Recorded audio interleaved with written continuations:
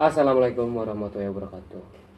Balik lagi bersama kami di channel Pawon Opini. Tutup pintumu, matikan lampumu. Balik lagi di segmen Omal Jum, obrolan malam Jumat.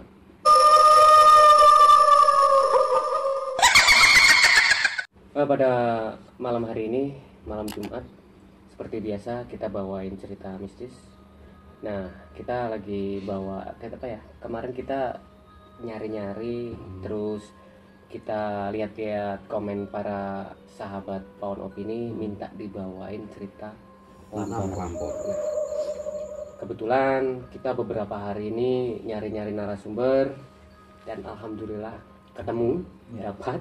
Nggak jauh-jauh dari tempat tinggal kita atau tetangga kampung kita sendiri. Pengalaman yang sangat luar biasa, pengalaman yang mungkin tidak mau orang juga rasakan ya, tapi juga itu luar biasa lah pokoknya. Namanya Mas Firdaus, orang Gundang, Tertek, ya masih satu kecamatan. Untuk ceritanya mungkin Mas Fir lebih tadi nyimak seperti apa? Dia tidak bisa hadir ke sini karena dia ada pekerjaan yang tidak bisa ditinggalkan karena dia sangat repot sekali. Jadi kita yang menceritakan apa yang telah terjadi sama kejadian yang Mas Firdaus itu. Yaitu pekerjaannya dulu seorang tukang bangunan. Terus dia ikut memborong bangunan di suatu tempat di dekat makam. Nah, untuk membuat jalan paving. Paving itu dia kejadiannya di sekitar tahun 2009-2010. Ya pokoknya antara itu ya, karena memang udah lama banget. Mas Firdaus juga sendiri tadi lupa antara tahun 2009 atau 10-nya gitu. Karena masih muda banget ya. Terus dia kerja di pagi hari itu, masih pagi coba. Itu waktu itu bulan puasa. Waktu bulan puasa jam 8 pagi dia baru ngambil paving, ngambil paving pakai gerobak itu kan, baru 2 kali. Pokoknya baru banget dia. Soalnya baru pagi ya, baru mulai. Nah, terus dia ditemuin sosok satu laki-laki, satu lagi perempuan. Yang laki-lakinya ini di depan, terus yang perempuannya ini di belakangnya. Ya, perempuan ini selalu ngikutin kemana si laki-laki ini pergi, dia selalu ngikutin. Terus ditemuin sama Mas Firdaus ini, bertemu sama Mas Firdaus. Laki-laki bilang, tolonglah benerin, di paving, jalan rumah saya ini di paving. Terus si Mas Firdaus bilang, yang sebelah mana mbah? Sebelah sini, nanti tak anterin. Terus dia dibawa sama laki-laki. Ya soalnya Mas Firdaus ini juga ditegur karena di sini, jadi aku kasih gambarannya ya, jalan yang dipasang Mas Firdaus ini, paving ini kanan makam, kiri makam, ya pokoknya di tengah-tengah makam ya. Di tengah-tengah makam. Dan waktu diajakin sama si laki-laki ini, itu Mas Firdaus bingung sendiri, di mana rumahnya. Orang kita nggak lewat rumah kok. Dia bilang, kok yang dipasang paving sini aja, rumah saya enggak. Gitu kan jadi tanda tanya. Padahal di situ juga alang-alangnya itu kan sangat tinggi sekali. Jalan di situ tidak terawat lah. Nah, terus Mas Firdaus diajakin ke sana. Setelah sampai depan rumah si sosok laki-laki ini, sangat kaget. Itu kok seperti istana. Rumahnya bagus banget itu. Enggak ada lah di dunia ini, enggak ada. Mas Firdaus tukang bangunannya udah kesana kesini itu tidak ada yang sebagus itu. Nah, terus di depan rumah lah ya, di depan rumah dia suruh pasang paving. Terus pasang paving dari pagi sampai sore, siang, malam itu dia tidak istirahat. Hujan, tapi herannya gini ya, hujan itu dia merasakan hujan. Malam dia tahu kalau itu malam. Tapi waktu itu tuh Mas Firdaus sebenarnya udah ada di dimensi lain. Dan nggak taunya lagi Mas Firdaus ini lagi dicari orang sekampung. Waktu itu ya, itu apa ya, Mas Firdaus tidak bisa mendengar kalau diteriaki Firdaus, Firdaus, Firdaus itu Padahal banyak tidak banget dengar. orang yang iya, nyari ya. Firdaus itu nggak tahu dan nggak dengar. Nggak dengar sama sekali. Padahal dari kampung Mas Firdaus juga datang, dari kampung sebelah, dan di kampung makam itu juga banyak sekali yang Iya, cari. Cuma satu yang Mas Firdaus dengar, azan ya. Azan itu Mas Cuma Firdaus azan, Cuma azan yang azan aja yang cuma dengar, cuma azan. Selain azan, dia tidak dengar sama sekali cerita orang memanggil dia, Iya. ataupun dia melihat ke sana ke sini juga yang tahu sekitar rumah itu. Nah, setelah selesai paving, Mas Firdaus ini ketemu sama bapak-bapak ini atau sosok laki-laki. Dia ditawarin menikah. Iya. Nah, ini nih, ditawarin menikah sama sosok perempuan yang selalu ngikutin bapak-bapak ini ya. Bapak-bapak ini yang pakainya jubah, Iya. terus pakai iket lah. Kalau orang Jawa itu iket wulung lah, kalau orang dulu ya Iya. pakai iket wulung. Ya, Dia semacam kayak kiai zaman dulu. berjenggot. Mm. Kalau perempuannya ini cuma memakai seperti gamis, Gamis seperti polos putih. putih polos, dan juga pakai kerudung polos. Dan heran sekali, dia itu menyerupai sangat cantik. Iya. Dia jadi sosok yang sangat elok, Elok. cantik lah kalau orang Anggun. Nah, terus si bapak-bapak ini pengenlah Mas Firdaus ini menikah dengan si sosok perempuan ini. Tadi ya. Diajakin, ngobrolin, tapi Mas Firdaus ini tidak mau menikah karena dia punya pedoman sendiri. Kerja saya belum mapan. Ya kalau belum mapan, belum mau menikah, seperti itu. Intinya itu. Terus dia diajakin sampai 3 kali, ayolah nikah sama perempuan ini. Dia selalu tidak mau, nyampe diajakin 3 kali. Tapi untungnya, untung nggak Untung mau. sekali. Ya. Kalau misal Mas Firdaus mau, itu juga kita nggak tahu. Kita mungkin nggak bisa ketemu lagi ya. Ya, mungkin udah di udah alam dimensi ya. lain di juga. dimensi lain. Bener Iya. banget. Untungnya Mas Firdaus menolak. Nah, pada terus jam pukul 8 malam. 8 malam. Itu berlangsung 12 jam Iya, berarti ya, lebih jam mungkin. 8 pagi sampai jam 8 malam. Itu Mas Firdaus merasa capek dan Iya. ingin pulang. Pengen pulang. Pak, ini udah malam, saya pingin pulang. Saya pamit gitu ya. Nah, ini sosok bapak bebannya ini termasuk baik hati ya. Baik hati. Ya sudah, saya antarkan. Terus dikasih wejangan, ya ini itu tuh kita nggak bisa kasih banyak lah, maksudnya kasih tahu kalian wejangannya seperti apa. Pokoknya dikasih wejangan seperti ini. Kamu harus kalau ke tempat yang seperti ini harus cara Jawanya kayak ngajeni. Ngajeni. Iya. Permisi. Permisi lah, Permisi. ya, karena Kalau mau disitu, lewat. Gimana saja. seperti itu. Akhirnya diantarin lah pulang ya. Diantarin pulang. Di situ juga kan, di kampung situ, di gang, di depan rumah, di dalam rumah, di tempat makam ini juga kan banyak sekali orang. Banyak orang yang Masih mencari banyak Mas orang Firdaus yang itu ya. mencari dan menunggu kapan dia bisa balik, atau entah balik dianterin siapa. Nah, gitu. Nah, itu yang jadi yang ganjil bikin heran ya. bikin heran itu Heran banget ya. katanya diantarin cuma ya mungkin nggak selangkah ya, beberapa langkah udah sampai Iya. depan rumah. Cuma satu langkah. Mas. Iya, maksudnya Tadi bilang cuma satu langkah gitu. Akhirnya Mas Firdaus ini merasakan cuma 1 langkah nyampe di Depan rumah. rumah. padahal jarak antara depan rumah antara rumah dan makam itu tuh lumayan ya kalau kita Lumayan. jalan gitu Ya sekitar bisa setengah jam setengah lebih jam lah, setengah Iya, jam. 1 jam makan kalau jalan Iya, ya. iya. Wah, itu luar biasa. Dan kepulangan Mas Firdaus ini tidak diketahui sama orang-orang yang ada di situ. Iya, tidak ada Itu- yang lihat sama sekali. Kan aneh gitu Hilang maksudnya. lagi itu ya. Mas Firdaus masuk rumah, orang ini nggak ada yang sadar kalau Mas Firdaus ini udah dalam rumah Dalam rumah. dengan keadaan letih, basah. Akhirnya satu orang yang tahu yaitu ibunya Cuma ibunya yang tahu. menjerit, oh Firdaus sudah pulang. Kaget. Kaget.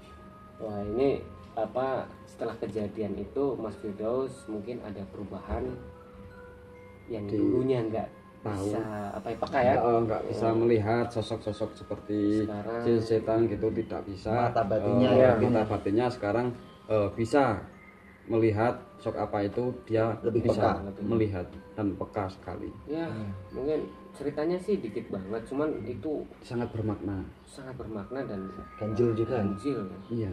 Ya. Nah, beda lagi dengan narasumber satunya ya Mas Fid ya, yang kemarin Kita kan ada dua narasumber, yang satu dari tempat kita, yang satu ada dari Kabupaten Temanggung.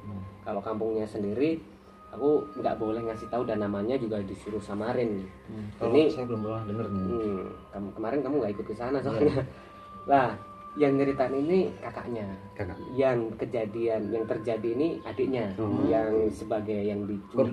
Korbannya. Kita bisa bilang korbannya. Kita panggil aja namanya si Adit. Nah, si Adit ini waktu itu umur sekitar SD 8 tahun. Dia itu ya seperti anak-anak pada umumnya bermain. Nah, waktu itu main bola. Selesai main bola, anak-anak ini udah pada pulang nih, teman-temannya nih. Teman-temannya udah pada pulang sampai jam 5:30 sore. Itu kan Sandingkala ya kalau orang ya. Jawa bilang sandingkala. Sandingkala. Harus pulang anak kecil kan gitu. Itu si Adit ini nggak pulang-pulang, masih main bola aja sendirian dia. Ini anak-anaknya memang pemberani katanya. Nah, katanya si kakaknya ini dia udah hilang aja gitu dari lapangan itu. Tiba-tiba hilang gitu. Tiba-tiba hilang. Nah, dicarilah ke sana kemari. Adit. Waktu itu sampai, kalau nggak salah katanya sampai 2 hari 2 malam. 2 hari 2 malam, Mas. Iya, kan Bisa hilang itu. bisa hilang. Tidak pulang. Terus gimana itu Mas? Iya. Lanjutannya. Maksudnya kan ini lebih dari yang tadi kita ceritain ya, dari pengalaman Mas Firdaus. Iya. Ini sosoknya katanya berbeda, Mas. Beda lagi. Kalau yang Mas Adit ini bukan lampor, tapi sosok. Jangan lebih. Tapi sosok Pocong lagi ntar. Enggak Saya dong. lebih takut sama pocong. beda. Yang ini sosok Wewe Gombel. Saya merinding ini. Aduh. Gimana rasanya ya? Gombel ya. Kalau sepengalamanku diceritain Wewe Gombel ini, sosoknya kata kakaknya si Adit ini. Iya. Nah, kebetulan gini, kakaknya si Adit ini orang yang rada peka sama hal seperti itu. Orang rada pinter lah. Iya. Sosoknya itu, ya maaf ya, bukan kurang ajar, tapi buah dadanya itu besar, Mas. Iya. Ibaratnya itu sampai ke sinilah, Ke paha. paha. Bisa bayangin seperti apa ya. Gimana? Yang saya dengar Rupanya juga ya. Wewe Gombel ya fisiknya seperti itu. Nah, yang jadi ini dia nggak punya hidung, Mas. Tidak ada hidungnya. Nggak ada hidungnya. Wewe Gombelnya itu. Ya, Ada matanya dia- enggak itu, Mas? mata ada, tapi ya biasa. Dari mata itu seperti biasa, tapi dia nggak ada hidungnya. Cuma tidak ada hidungnya. Nah, mulutnya itu biasa, cuman bibirnya itu gede, Mas. Ya pokoknya buruk lah, namanya juga iblis kan, itu bisa kita bilang iblis, Mas. Iblis Wewe Gombel. Ya kalau orang Jawa bilang Wewe Gombel. Makanya Bentar. Berhenti Mas. sama. Aduh. Makanya merinding betul. Saya diceritain itu, wah gila sih, saya ketakutan itu. Nah, waktu hari keduanya dicari, ternyata Mas Adit ini ditemuin di atas pohon nangka. Udah di atas pohon. Iya, dan dia itu diem gini, Mas, kayak orang kehilangan kesadaran. Oh, enggak meninggal itu Mas. Enggak, alhamdulillah dia masih diberi kesehatan. Dan tapi sayangnya sampai sekarang dia maaf ya, dia ada gangguan Fisiknya kurang. ya, kejiwaannya mungkin terguncang sampai sekarang, dan dia tidak bisa berbicara, atau kita bisa bilang bisu setelah kejadian itu. Kasihan Mas ya. Ya, nggak tahu dia diapain. Kalau kata kakaknya sendiri, dia di tetein sama sesuatu. Makanya kalau orang korban penculikan Wewe Gombel biasanya ditetein, habis itu dibuang. Cuma untuk minum itu susunya ya. Susu Wewe Gombel itu sendiri. Itu menakutkan. Ngeri. Sampai sekarang anaknya kasihan, anaknya nggak bisa berbicara dan maaf ada gangguan gitu. Terus sekarang anaknya udah gede belum ya? Udah besar. Ya mungkin saya agak tua sedikit, orang itu udah tahun berapa. Mungkin ceritanya itu buat saya membayangkan sendiri, Mas. Nah, ini Mas, dalam 2 hari ini dicari ini banyak yang nyari atau udah hilang terus dibiarin aja gitu. Nah, ini bagus banget ya, Mas. Tadi saya hampir kelupaan untuk Mas tanya waktu 2 hari itu. Nah, kalau di adat orang sana itu kalau nyari orang yang diculik Wewe Gombel itu pakai perabotan dapur, Mas. Jadi Piring kayak gitu, Mas? Bukan, kayak apa sih prank itu apa Panci, ya? Panci. Oh. Panci itu diketukin, tung katanya. Wewe Gombel itu takut sama keramaian yang seperti itu. Wah, dicari tuh 2 hari 2 malam, ronda sampai pagi, tetap gak ketemu. Akhirnya dimintain sama ya mungkin sosok orang pintar atau Pak Kiai ya. Iya. Akhirnya dibalikin, tapi dibalikinnya ya Wewe Gombel ini kurang ajar ya. Di atas pohon nangka gitu loh, dengan cacat yang seperti itu kan maksudnya. Nah, waktu ditemukan ini jauh dari pas dia main, misalkan dia main di lapangan terus ditemuin ini di mana gitu, jauh dari Enggak ini. terlalu jauh. Justru jadi gini, aku petakin ya. Ini lapangan ya, lapangan ini rumah Adit itu nggak jauh dari lapangan. Berapa meter cuma? Ya, paling berapa meter lah ya. Ini karena ini lapangan umum, tapi di sisi utara lapangan itu enggak kayak alas ya, kalau kita bilang tuh alas itu kayak perkebunan warga. Iya. Pohon nangka, pohon tebu, tapi itu udah nggak ada pemukiman sana. Nah itu di sekitar situ, jadi nggak terlalu Tanah jauh. kosong berarti ya Mas. Padahal antara 2 hari itu mereka itu udah muter-muter situ mas, tapi nggak ada Adit. Bayangin aja. Malam juga dicari. Iya. Barangkali kan orang hilang seperti itu, ayolah kita tirakat di benar. sana, terus tirakat di sini gitu kan. Biasanya orang Jawa kan gitu. Iya, sampai apa namanya ya pengajian ya, namanya orang Jawa, kejawennya dikeluarin seperti itu. Tetap akhirnya ada sosok bapak-bapak yang kita bilang orang pintar, dia bilang nanti dibalikin, nanti dibalikin ya, balikin beneran, tapi naasnya dengan fisik seperti itu. Nah, Mudah-mudahan dia bisa balik seperti dulu lagi. Iya. nah ini saya dikasih pesan sama kakaknya si Adit ini, untuk misalnya mau maghrib nih buat kalian Iya. anak-anak ya, mungkin penonton kita kan Semua. nggak cuman dari kalangan dewasa, mungkin dari subscriber kita juga kalangan apa ya, kita bocil ya. Nah, waktu dalam pencarian ini apakah warga atau saudara di situ apa ya, ada gambaran dan ada gambaran apa ya, sosok yang apa membawa Si Wewe Gombel ini ya ada itu, tanda-tanda gitu. ya itu aku bilang tanda-tandanya apa, ciri-ciri Wewe Gombel itu kan ya seperti itu. Dia kan nggak pakai baju mas, Wewe Gombel itu Nggak pakai baju Mas. enggak, jadi Bukan kayak kuntilanak. enggak, jadi gini, Indo udah gitu. kalian bayangin ya, dia sosok perempuan gemuk, terus nggak pakai baju, dadanya sampai ke paha, rambutnya gembel, mukanya nggak ada hidungnya, mulutnya tebel, pokoknya mukanya itu ngeri lah. Kalau kalian lihat itu, aduh udah Ya. pingsan dah mungkin. Saya mungkin Nggak usah buat lihat. makhluk-makhluk kayak gitu mending nggak usah lihat Mas. Beneran. Ya inilah Nggak usah lihat. salah satu fitnah apa ya, iblis ya. Iya. Bener banget. Pokoknya salah satu faktor kenapa Mas Adit ini bisa sampai bisu, sampai goncangan, itu karena melihat sosoknya. Mungkin Mungkin ya. Mungkin. bisa. Shock ya Mas. Dan satu lagi, sosok Wewe ini suka suka menculik anak-anak yang main keluyuran pada, kalau orang Jawa bilang itu sandingkala atau menjelang Maghrib. enggak cuma maghrib mas, maghrib Zuhur. terus zuhur. Nah itu. Ya, sandingkala kalau orang Jawa itu setiap mau apa? Azan, orang mau sholat lah ya, sholat, waktunya masih sholat itu main untuk azan. pulang, untuk beribadah lah. Kalau orang dulu kan bilangnya udah sandingkala nggak usah keluar.